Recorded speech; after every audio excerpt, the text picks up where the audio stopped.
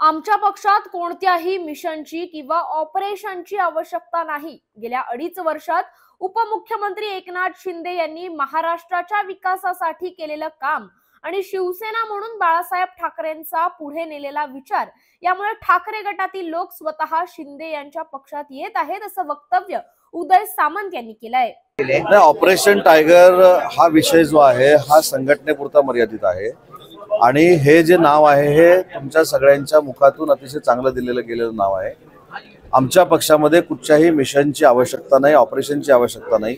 गेल्या 2.5 वर्षामध्ये माननीय एकनाथ शिंदे साहेबांनी महाराष्ट्राच्या विकासासाठी केलेलं काम आणि शिवसेना म्हणून वंदनीय बाळासाहेबांचा पुढे नेलेला विचार यामुळं युबीटीतली लोक आपणहून शिंदे साहेबांकडे अट्रॅक्ट होत आहेत, आपणहून शिंदे साहेबांच्या शिवसेनेमध्ये येत आहेत। त्याच्यामुळे कुठच्याही ऑपरेशनची आवश्यकता आहे असं मला वाटत नाही।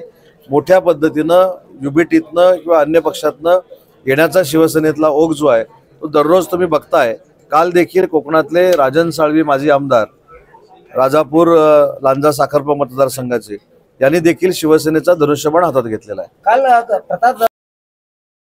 डोंबिवलीतील महापालिकेच्या शास्त्रीनगर रुग्णालयात प्रसूतीसाठी सुवर्णा सरोदे या महिलेला दाखल करण्यात आलं होतं। या महिलेचा दुर्दैवी मृत्यू झालाय। नातेवाईक गेल्या 30 तासापासून हॉस्पिटल परिसर मध्ये ठिया मांडून बसलेत। त्यांची एकच मागणी आहे की डॉक्टराने ऑपरेशनसाठी परवानगी घेतल्याशिवाय त्या महिलेचं ऑपरेशन करू नये। त्यामुळे आधी डॉक्टरवर गुन्हा दाखल करा, त्यानंतर पुढची प्रक्रिया करा, त्याशिवाय आम्ही हॉस्पिटल मधून जाणार नाही, शिवाय महिलेचा मृतदेह घेणार नसल्याचंही नातेवाईकांनी स्पष्ट केलंय। कोथरूड परिसरातील बांधकाम व्यावसायिकाला आदित्य बिर्ला मनी व्हीआयपी ग्रुपमध्ये सहभागी करून घेत शेअर स्टॉक खरेदी करून गुंतवणूक केल्यास चांगल्या प्रकारे अल्पावधीत नफा मिळेल असा आमिष दाखवून 1,32,00,000चा गंडा घातल्याचा धक्कादायक प्रकार समोर आलाय। या प्रकरणी प्रमोद सौदत्ती यांनी सायबर पोलीस ठाण्यात फिर्याद दिली आहे। त्यानुसार आदित्य बिर्ला मनी व्हीआयपी व्हॉट्सअप ग्रुप अज्ञात लिंक धारक, मोबाईल वापरकर्ते, बँक खातेधारक आणि वापरकर्ते, ABMLIC ऍप धारक आणि वापरकर्ते, ईमेल ID धारक यांच्यावर गुन्हा दाखल केलाय। आरोपींनी दिलेल्या वेगवेगळ्या बँक खात्यांवर तक्रारदार यांनी वेळोवेळी 1,32,55,000 रुपये ऑनलाईन खात्यात ट्रान्सफर केले। त्या बदल्यात चोरट्यांनी त्यांना केवळ 5,000 रुपये परतावा देऊन त्यांची मूळ रक्कम परत न करता फसवणूक केली आहे। याबाबत पुढील तपास सायबर पोलीस स्टेशन पोलीस निरीक्षक यशवंत निकम करत आहेत। पुणे जिल्ह्याच्या मावळ तालुक्यातील देहू रोडच्या गांधीनगर परिसरात गोळीबाराची घटना घडली आहे। देहू रोड येथे वाढदिवसाचा कार्यक्रम सुरू असताना सराईत गुन्हेगाराकडून हा गोळीबार करण्यात आलाय। यात एकाचा मृत्यू झालाय तर दुसरा एक जण गंभीर जखमी झालाय। गुरुवारी रात्री 11:30च्या सुमारास गोळीबाराची घटना घडल्यानंतर परिसरात भीतीचं वातावरण पसरलंय। विक्रम रेड्डी असं गोळीबारात मृत पावलेल्या व्यक्तीचं नाव आहे, तर नंदकिशोर यादव जखमी झालेत। गुरुवारी रात्री 11:56 विक्रम रेड्डी आपल्या मित्रासोबत दुचाकीवरून जात असताना सराईत गुन्हेगार शाबीर आणि फैजलने त्यांच्यावर अंधाधुंद गोळीबार केला, तर नंदकिशोर यादव यांना दगडाने मारहाण केली आहे। यात नंदकिशोर यादव हे गंभीर जखमी झालेत, तर गोळीबारात गंभीर जखमी झालेल्या विक्रम रेड्डी यांचा उपचारादरम्यान मृत्यू झालाय। वाढदिवसाचा कार्यक्रम सुरू असताना घडलेल्या या प्रकारामुळे परिसरात एकच खळबळ माजली आहे। या प्रकरणी देहू रोड पोलीस ठाण्यात गुन्हा दाखल केलाय। आरोपीला पकडण्यासाठी 3 पथक रवाना केली गेली आहेत। रात को 12:30 बजे हमको एक सूचना प्राप्त हुई कि अम्बेडकर इलाके देहू रोड में एक फायरिंग घटना हुई है।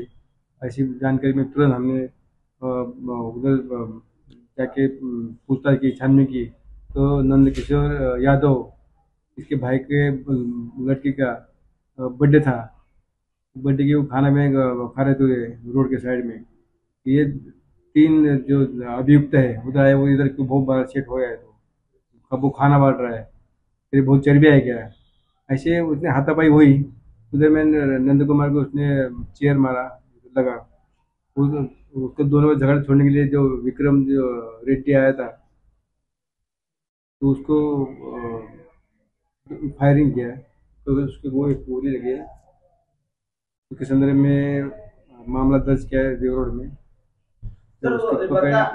इस वारदात में कितने लोग घायल हुए? एक ही घायल हुआ है, तो उसकी डेथ हुई है। और ये जो वारदात को अंजाम देने वाले जो अपराधी के उससे पहले कोई मामले दर्ज है? ये पूछताछ चालू है, इसका रिकॉर्ड छानबीन कर रहे हैं अपन।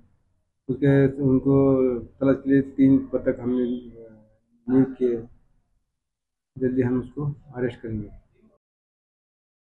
पुणे शहरात प्लॅस्टर ऑफ पॅरिसच्या म्हणजेच पीओपी मूर्ती तयार करण्यास बंदी घालण्यात आली आहे। गणेशोत्सवासह विविध सण उत्सवात यंदाच्या वर्षापासून आता पीओपीच्या मूर्ती तयार करता येणार नाहीत। उच्च न्यायालयाने याबाबत आदेश दिले असून त्याचे काटेकोरपणे पालन करावे असे आदेश महापालिकेचे अतिरिक्त आयुक्त पृथ्वीराज बीपी यांनी काढलेत। पीओपीच्या मूर्तीचा वापर करण्यास राज्य सरकारने यापूर्वीच बंदी घातली आहे, मात्र काही प्रमाणात उत्सवाच्या काळात मूर्तिकारांकडून मूर्ती तयार केल्या जात होत्या। यंदाच्या वर्षी त्याची कडक अंमलबजावणी करण्याचा निर्णय महापालिकेने घेतला असून त्याची सुधारित नियमावली महापालिकेने प्रसिद्ध केली आहे।